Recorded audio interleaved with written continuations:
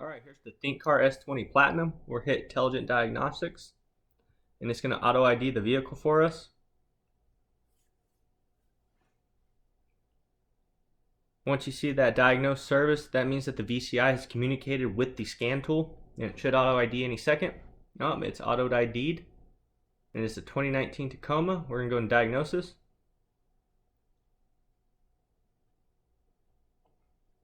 (16-pin DLC). To select the appropriate manufacturer date, it's going to be with Smart Key and with Radar Cruise.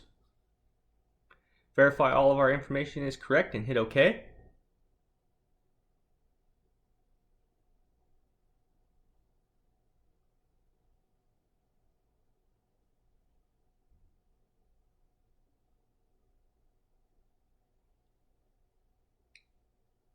Alright, now it brings up our topology. We're going to hit Smart Scan, and it's going to scan every module that this scan tool can communicate with. Bear in mind, this is an aftermarket scan tool, so it may not communicate with all the modules. The OEM scan tool in this case for this Toyota would be TechStream.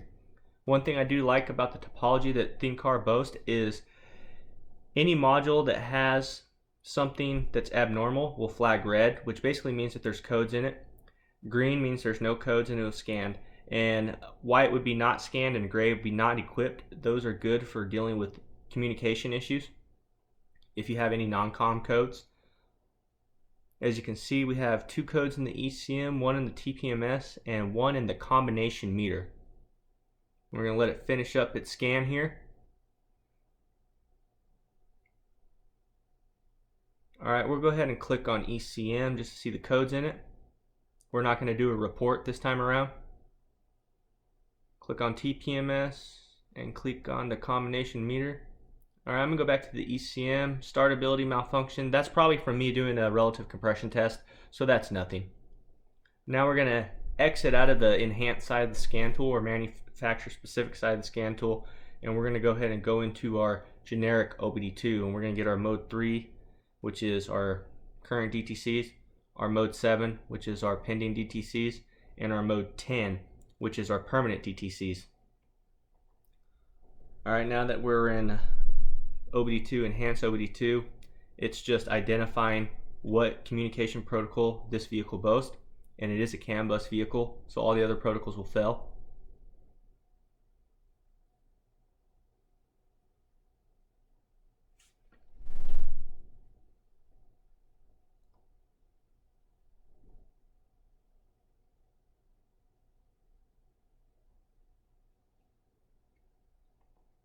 Alright, we're going to scroll back up and hit CAN bus. And we're going to notice that our readiness monitors are complete and none are not complete, which is good. And we'll hit mode 3, 7, and 10.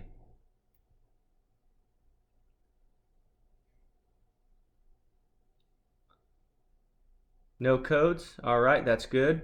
Next, we're going to go ahead and hit yes and go into our mode 6 data, which is our non-continuous monitor test. And as you can see, it gives you the test ID, but it doesn't give you any of the parameters. The values are all not supported, but at least it does translate what the test ID is, but it's kind of worthless information. I'm sure they'll fix it. Now we're going to go into our mode 9 information, and we're going to hit ECM.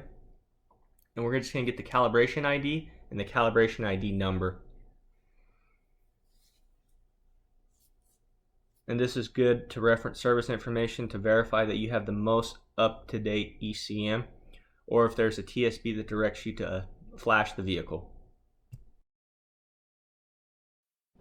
After performing a visual inspection and a full system scan of the vehicle and jotting down my mode 9 data, the first thing I want to do is do a relative compression test. Notice that I'm zoomed out and all my peaks and valleys are even. Then I'm going to go into my zoom in capture and just capture all 6 cylinders. And you can see that all 6 cylinders are contributing a load on the starter equally. So there's no mechanical faults at this time. And ensure that you always have 10 seconds of cranking data when you do this test. The next test I want to do is a volumetric efficiency test. I want to know how well this engine is breathing. So we're going to do that through generic OBD2. And for your volumetric efficiency test, you're going to need a volumetric efficiency calculator. ATG offers a really good one. You can just Google that, ATG VE calculator. And you really only need 4 PIDs. You need your mass airflow grams per second, your engine RPM, your intake air temperature sensor, and your barometric pressure. I'm also going to use 2 additional PIDs, the absolute load value and the calculated load value. The absolute load value is linearly correlated to volumetric efficiency, and then the calculated load value is linearly correlated to manifold vacuum, to the MAP sensor, and it indicates a percentage of peak available torque. So the percentage of torque it's putting out compared to what the engine is modeled to put out. Alright, so we're back in our mode 1 for our live data. We're going to hit absolute load, our airflow rate for mass airflow sensor, barometric pressure, calculated load. Scroll on down, we're going to hit engine RPM, and we're going to scroll on down and we're going to hit intake air temperature. And then we're going to go ahead and start recording this and we'll graph it. And for this test, remember, you don't need a speed. You can be at a stop, slowly press on the accelerator pedal, and then push the accelerator pedal to the floor, and you just need to do a first to second shift. That's it.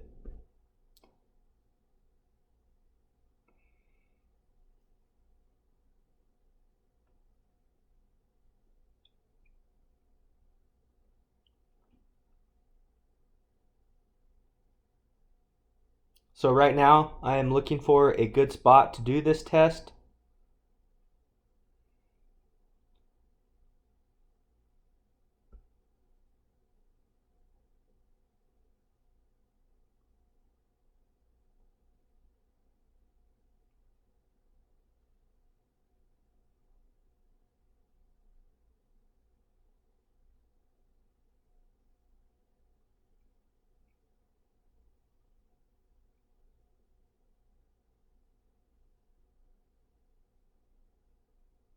And here's my first pull.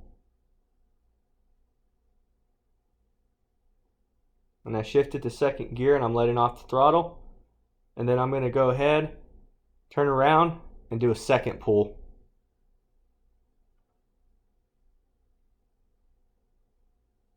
Here's my second pull. There's my second gear shift. I'm letting back off the throttle. Then right now I'm looking for a spot to pull over to stop the recording so we can view this data.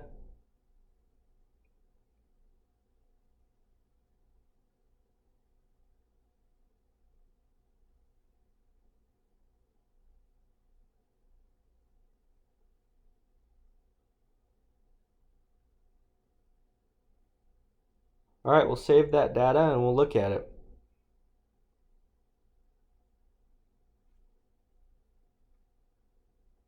Alright, here's the list view of the peak values, and the next page is going to be the graphic view of our peak values. After getting our peak values, we're going to insert those values into the ATG VE calculator. Engine size is 3.5 liters. Our peak RPM was 5,725. Our mass airflow grams per second was 188. Our intake air temperature was 63 degrees Celsius. The number of cylinders is 6, and our barometric pressure was 96. And we have a value of 113% volumetric efficiency, which is really good and is starting not to be too uncommon with engines like this that boast dual overhead cam and variable cam timing on both the intake and the exhaust. This screen is showing our peak absolute load value, which is linearly correlated to volumetric efficiency, and we have a percentage of 95%. For absolute load value, I like to see over 90%, so we're good.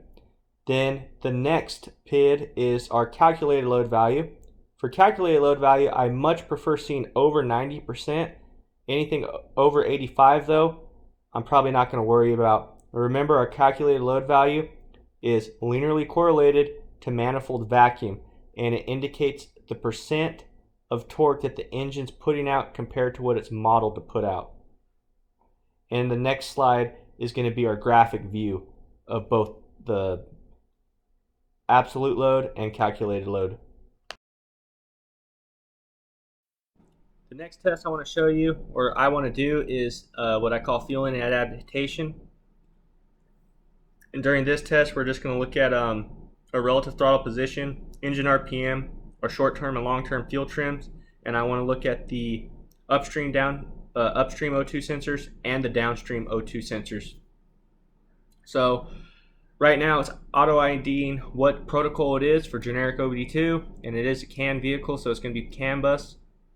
Once it fails all the other protocols, we'll be able to select CAN bus and go into our mode 1 live data once again and get the PIDs that we want.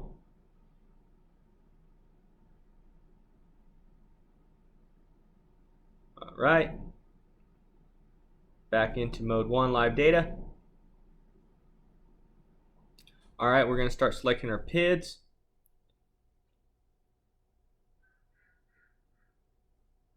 Engine RPM.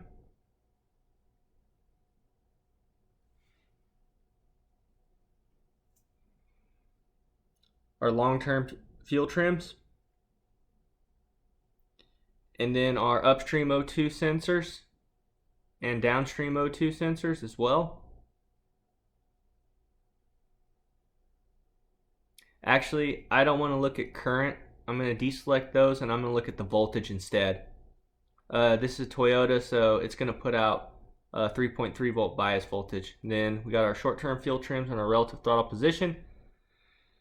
Alright, and then here I'm just making sure that I grabbed everything I wanted. This is going to take a second just to be sure.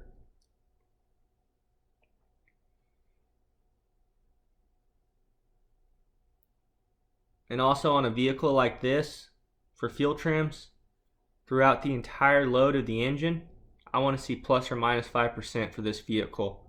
And at a wide open throttle, I want to see my upstream O2 sensors and my downstream O2 sensors at a full rich condition. I don't want to see any dropouts. I want them to be full rich.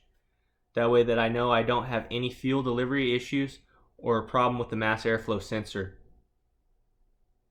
Alright, here we're going to graph and record the data, and we're just going to drive the vehicle throughout the entire operating range of the engine, and we're going to do this by slowly depressing on the accelerator pedal, and then we're also going to drive it for a wide open throttle first to second shift at some point too. And this should tell us how well this engine is being fueled. As you can see right now, our fuel trims look great. Pretty close to 1 or 0. Alright, here we're slowly depressing the throttle, or excuse me, accelerator pedal. Fuel trims are good.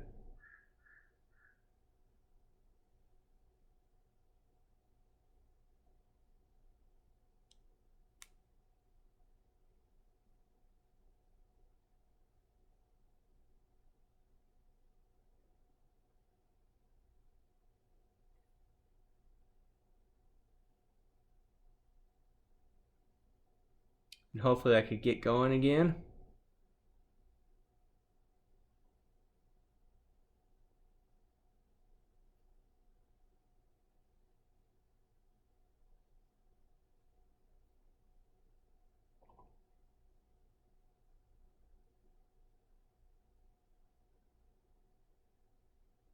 Alright, driving. My fuel trims are still good. Now I'm just slowly depressing the accelerator pedal.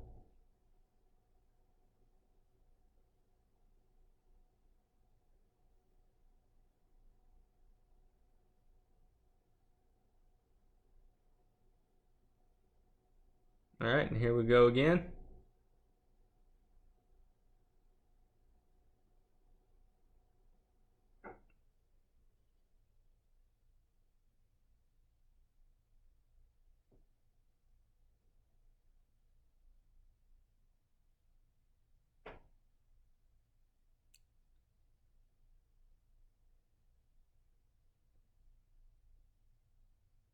Right, and here's our wide open throttle. Notice that we're staying full rich. on our upstream O2 sensors and downstream O2 sensors. That's what we want to see.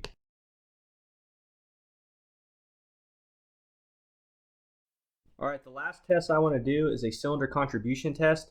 I'm going to look at all 6 cylinder misfire counts, the engine RPM, and the throttle position. I'm just going to drive it and see what it does.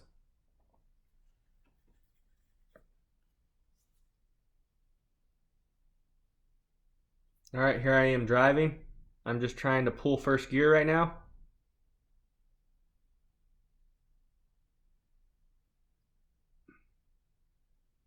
Notice I have no misfires. And I pulled first gear and let off, and I have no misfires throughout the operating range of the engine. So this tells me that I do not have a cylinder contribution issue. And keep in mind, the entire time I was doing this was all live on the vehicle. So this is the actual refresh rate of the scan tool. It's really fast. It's a good tool. So here I'm just looking for a spot to get on over to the side of the road.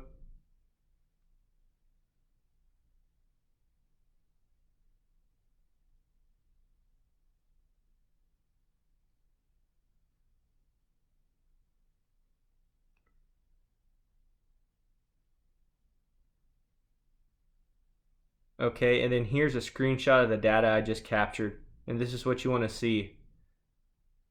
No misfires.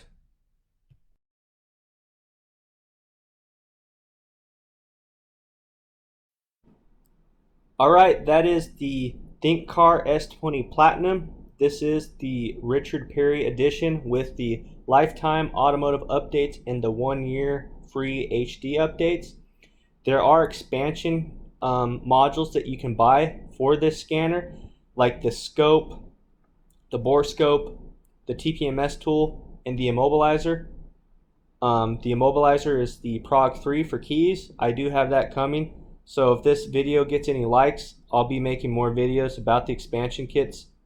Something else I just wanted to show you, I wanted to do this review on a live car just to show you how simple most drivability faults are. No matter what, all drivability faults fall under 3 broad categories, and that's engine breathing, fuel and adaptation, and cylinder contribution. So I hope you enjoyed this and got something from it. I don't feel the need to do an unboxing because an unboxing has already been done. But if it's something that you guys want me to do, please let me know, and let me know what you think of this video. Have a good evening.